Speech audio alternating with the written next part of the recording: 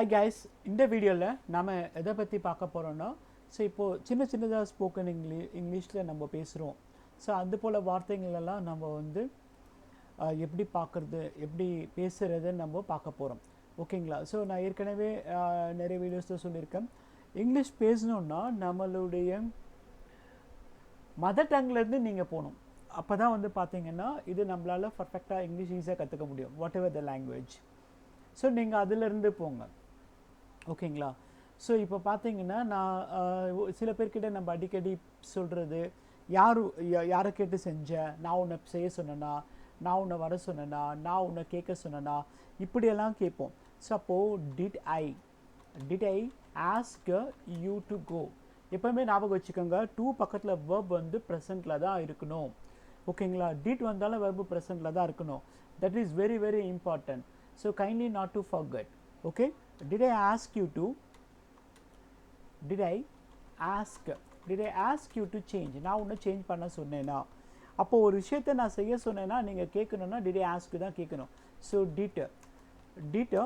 did he ask you to come? அவன் உன்னை வர சொன்னானா?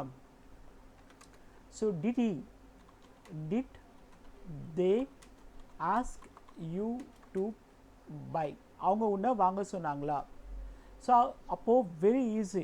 ஒரு விஷயத்தை ஒருத்தங்க செய்ய சொன்னாங்களா அப்படி பார்க்கும்போது நீங்கள் டிட்டில் தான் கேட்கணும். did they ask you to buy? did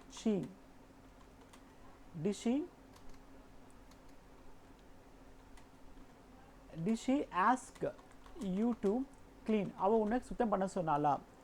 did she ask you to clean?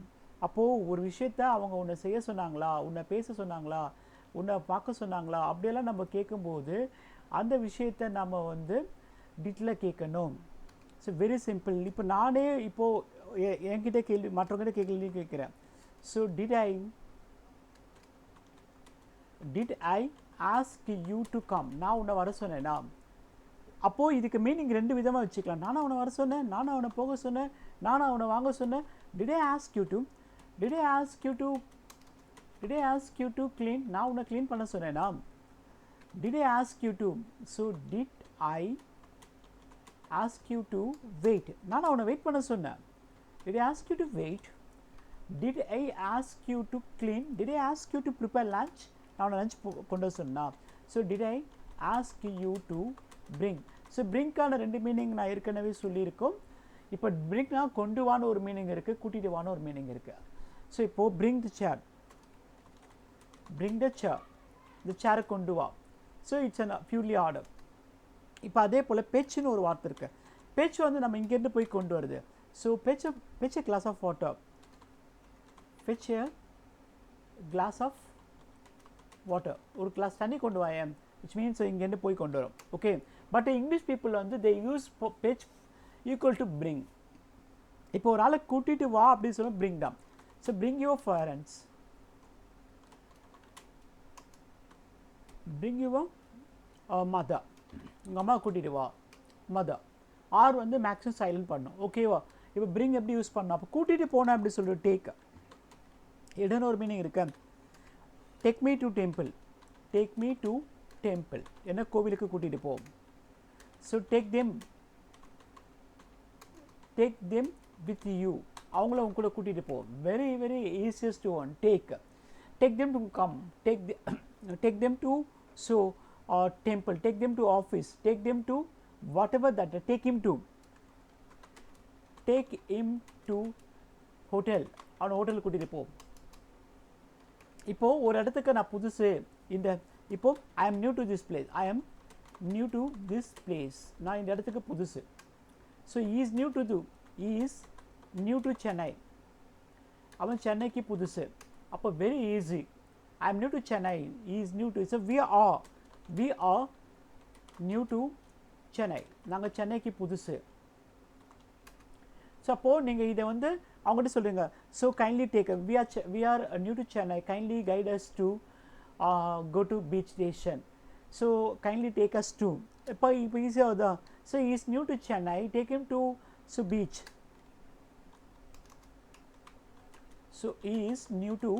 Is new to Chennai, kindly take him to beach. Kindly take him to beach, அவனை பீச்சுக்கு கூட்டிகிட்டு போ. ஸோ பீச்சு சொல்லுங்கள், மரைனா சொல்லாதீங்க, ஏன்னா மரைனாலும் பீச் தான். இது ஏற்கனவே வந்து போன நிறைய வீடியோஸில் இதை சொல்லியிருக்கேன், ஞாபகம் வச்சுக்கோங்க. Okay, very easiest one. இப்போ ஞாபகப்படுத்தி பாரு, ப்ரஷ் அப். இப்போ ஞாபகப்படுத்தி பாரு, bring back to memory, that is called brush up.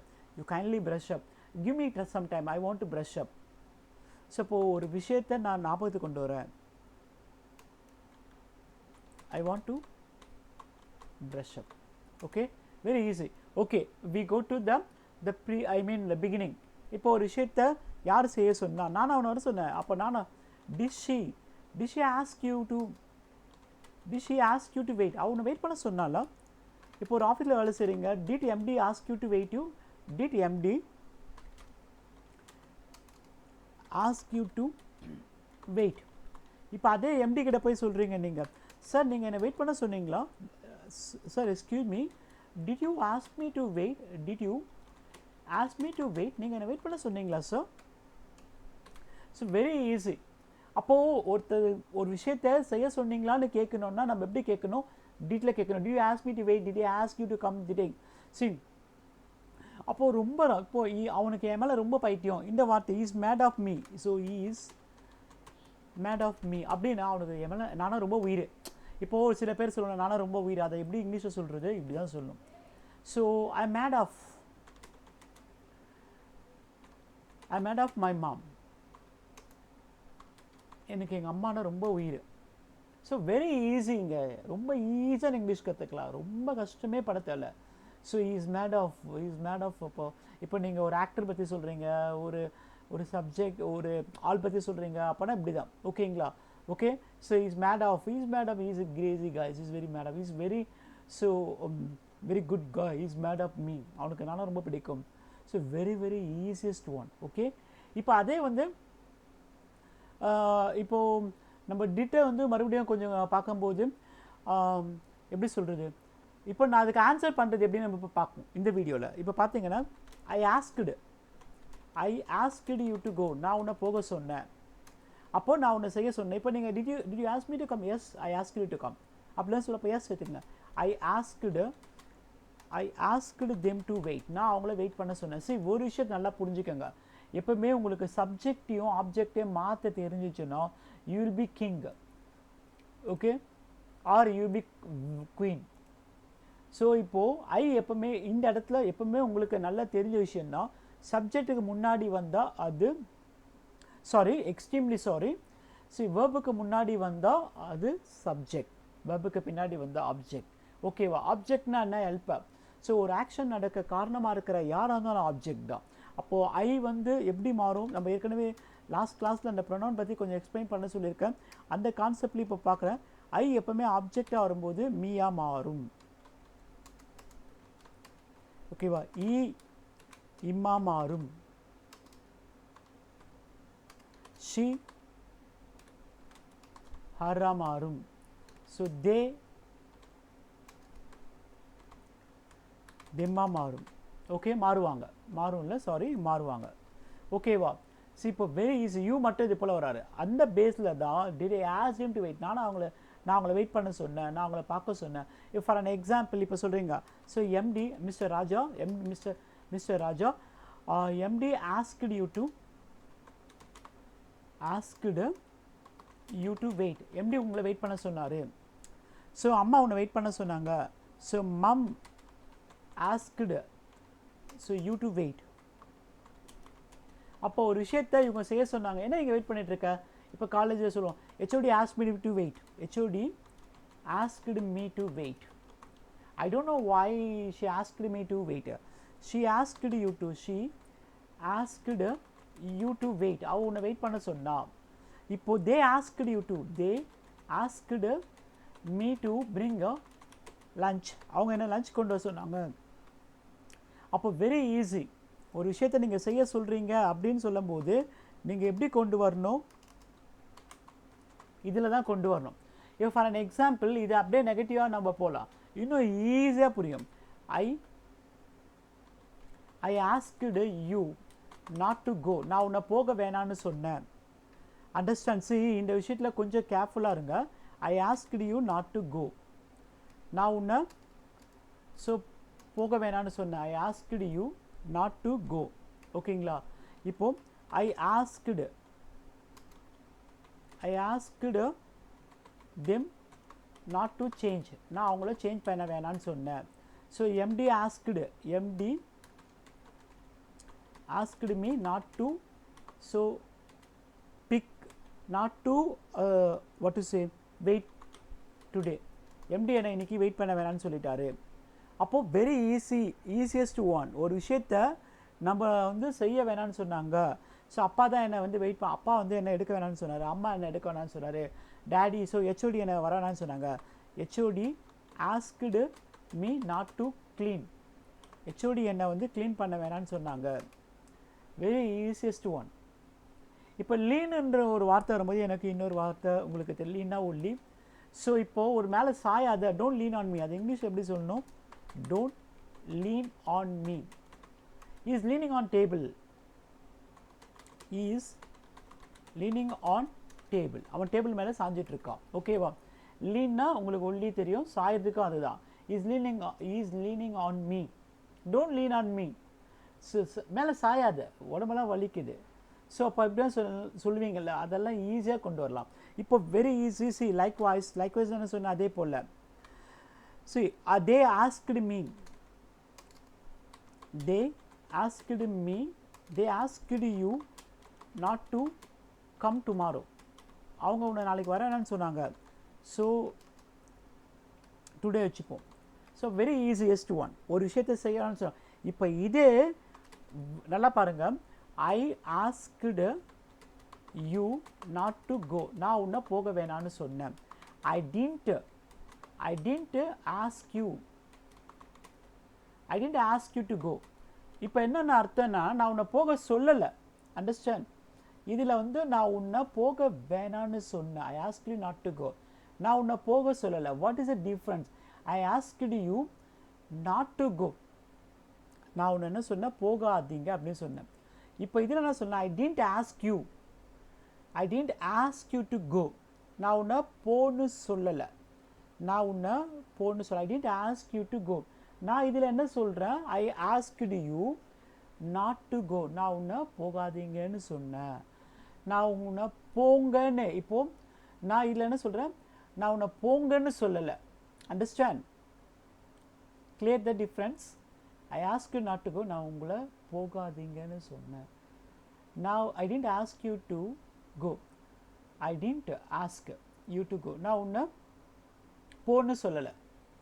இப்போ என்ன டிஃப்ரெண்ட் பார்க்குறீங்க? I didn't ask you to come, நான் உன்னை வர சொல்லலை. I didn't ask you to wait, நான் உன்னை வெயிட் பண்ண சொல்லியே. I didn't ask you to change, நான் உன்னை சேஞ்ச் பண்ண சொல்லியே.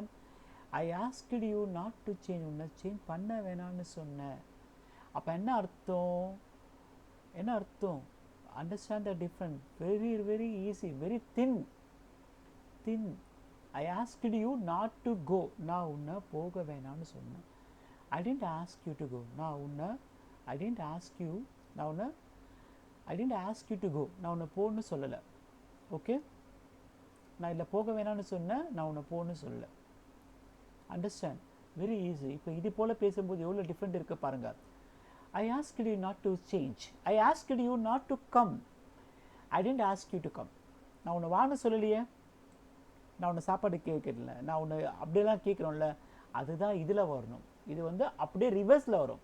இப்போ for an example, one more example, இன்னும் கொஞ்சம் எக்ஸாம்பிள்ஸ் கொண்டு வரேன், கொஞ்சம் நல்லா கவனிங்க. they asked me not to check, அவங்க என்ன செக் பண்ண வேணாம்னு சொல்லிட்டாங்க. ஓகே, அப்போ என்ன? இப்போ அது check பண்ணாதப்பா. they didn't ask me to check, அவங்க என்ன செக் பண்ண சொல்லலை. they didn't ask me to check, I didn't ask you to bring, நான் உன்னை கொண்டு வர சொல்ல, நான் இல்லை வந்து கொண்டு வர வேணான்னு சொன்னேன். சரி, அப்போது கொஞ்சம் மாறும். ஓகேவா? ஸோ அப்போ இந்த டிஃப்ரென்ஸ் வந்து கொஞ்சம் நல்லா பார்த்துக்கோங்க. நிறைய விஷயங்களை வந்து நம்ம சொல்கிற வார்த்தையோட மாடுலேஷன் தான் மாற்றும். ஓகேங்களா? சாப்பிட்டீங்களா, சாப்பிட்டியா. So what's a different between the both sentence, you understand that. போனியா நீ, போனியா நீ, did you go, did you go, போனீங்களா, அந்த டிஃப்ரென்ஸ் தெரியுதுங்களா உங்களுக்கு? அதுதான் இங்கே இந்த இடத்துல கொண்டு வர முடியும். ஓகேவா? I ask you to wait, I ask you not to wait, நான் உன்னை வெயிட் பண்ண சொன்னேன். ஓகேவா? I ask you to wait, I did ask you to wait, நான் உன்னை வெயிட் பண்ணுன்னு சொல்லலை. Okay, understand, clear. Okay, so அப்போது டின்ட்டு வச்சு நம்ம ஈஸியாக கேட்கலாம். சரி, இப்போது இன்னும் கொஞ்சம் நான் உங்களுக்கு எக்ஸாம்பிள்ஸ் கொடுக்குறேன். யார் உன்னை செய்ய சொன்னா? who asked you to wait, உன்னை யார் வெயிட் பண்ண சொன்னா? இப்போ இதுக்கு ஆன்சர் நீங்கள் சொல்லலாம், MD asked me to wait. So who asked, யார் செய்ய சொன்னா? who asked them to buy, அவங்கள யார் வாங்க சொன்னா? நானும் அவங்கள வாங்க சொன்னேன். அப்புறம் இப்படி கேட்பேன்ல, இப்போ who asked her to take a BCom, அவளை யார் பிகாம் எடுக்க சொன்னா? who asked her to take BCom, who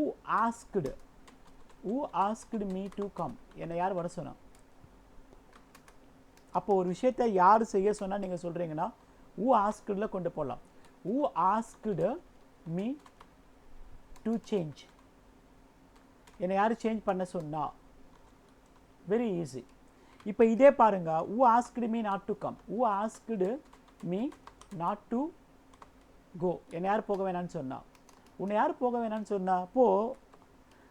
உன்னை யார் இங்கே அப்படியே இங்கே வான்னு சொன்னால், நம்ம தமிழில் பேசும்போது ஒரு ஸ்லாங்கில் நம்ம சொல்லுவோம் பார்த்தீங்களா, அதெல்லாம் நீங்கள் வந்து இதில் தான் கொண்டு வரணும். So who asked you not to cook, உன்னை யார் சமைக்க வேணான்னு சொன்னா? உன்னை யார் வர வேணான்னு சொன்னா? உன்னை யார் இங்கே வர வேணான்னு சொன்னா?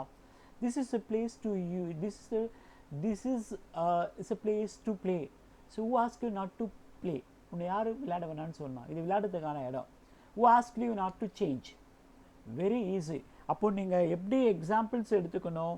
இப்போ ஒரு விஷயத்தை நீங்கள் செய்ய சொன்னீங்களா, did you ask me to come, அப்படி கேட்கணும். ஒரு விஷயத்தை போக சொன்னாங்களா, MD வர சொன்னாரா, did MD ask me to come, did MD ask you to wait, did ma'am ask me to wait. Okay, அப்போது did, so did they ask you to go, அவங்க உன்னை போக சொன்னாங்களா? அப்போது வெரி ஈஸி, உன்னை யார் போக சொன்னா? who asked you to go, உன்னை யார் போக சொன்னா? அப்போது யார் உன்னை போக சொன்னா? உன்னை இவர் போக சொன்னாரா? இப்போ இதுக்கு பதில் வந்து, இப்போ MD asked me to go. So did they ask? yes, they asked me to go. So இதுக்கு எப்பவுமே டிட்ல வர சொல்லும் போது ஆன்சர் எஸ் இல்லை நோவில் கொடுத்துடலாம். did they ask yes or no? ஓகேவா? ஸோ ரொம்ப ஈஸியஸ்ட் ஒன். ஆஸ்க் வந்து ரொம்ப ரொம்ப ஈஸியாக நீங்கள் சொல்லலாம். நல்லா ப்ராக்டிஸ் பண்ணுங்கள். ஓகேங்களா? நீங்கள் எவ்வளோத்துக்கு எவ்வளோ ப்ராக்டிஸ் பண்ணுறீங்களோ அவ்வளோத்துக்கு அவ்வளோ உங்களுக்கு தான் இது. ஸோ இப்போ வந்து எனக்கு நான் ஏற்கனவே ஒரு வார்த்தை சொன்னோம், so is fond of me, so is mat of me. இப்போ அதே போல் இன்னொரு வார்த்தை ரொம்ப, இப்போ எனக்கு காஃபி சாப்பிட்றதுன்னா ரொம்ப பிடிக்கும். So I am fond of eating, I am fond of eating chicken. So I am fond of eating vegetables. I am fond of eating egg, whatever that. I am fond of eating cake. So is fond of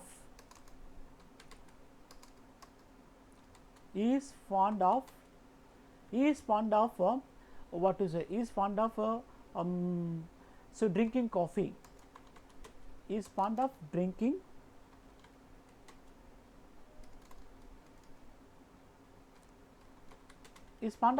coffee.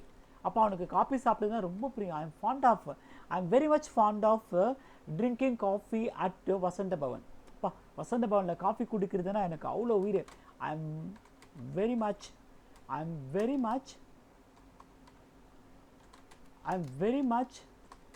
Fond of